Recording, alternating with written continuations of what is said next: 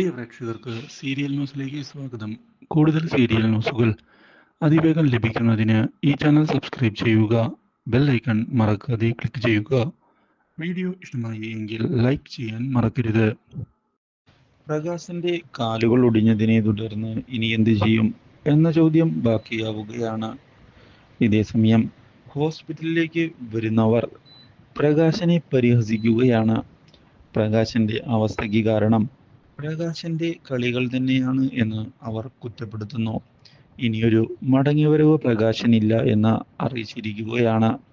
ഇതേസമയം വിക്രമാകട്ടെ ഇനി എന്ത് ചെയ്യുമെന്ന ചോദ്യത്തിന് മുന്നിൽ പകച്ചു നിന്നു പോയിരിക്കുകയാണ്.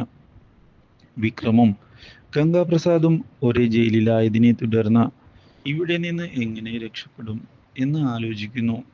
ആ കിരൺ, അവൻ കാരണമാണ് നമ്മൾ രണ്ടുപേരും ഇവിടെ പെട്ടുപോയിരിക്കുന്നത്. അതുകൊണ്ട് തന്നെ അവനൊരു തിരിച്ചടി കൊടുത്തേ മതിയാകൂ. എന്നാൽ മാത്രമേ കാര്യങ്ങൾ കൃത്യമായി നടക്കുകയുമുള്ളൂ. എന്താണ് ചെയ്യേണ്ടത് എന്ന് ആലോചിക്കുകയാണ് ഇരുവരും. എന്തായാലും നമ്മളെ തൂക്കിക്കൊല്ലാനൊന്നും പറ്റില്ലല്ലോ.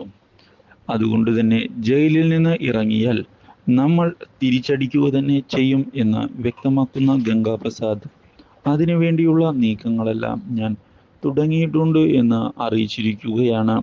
ഇതിനിടയിലാണ് മറ്റൊരു സന്തോഷ വാർത്ത എത്തുന്നത്. കാർത്തികയുടെ ഇപ്പോഴത്തെ ആരോഗ്യസ്ഥിതി മെച്ചപ്പെട്ടിരിക്കുകയാണ്. കാർത്തിക ബോധം വീണ്ടെടുത്ത് സംസാരിച്ച് തുടങ്ങിയിരിക്കുന്നു. ഇത് എല്ലാവരെയും സന്തോഷിപ്പിച്ചിരിക്കുകയാണ്. Do like, share and subscribe.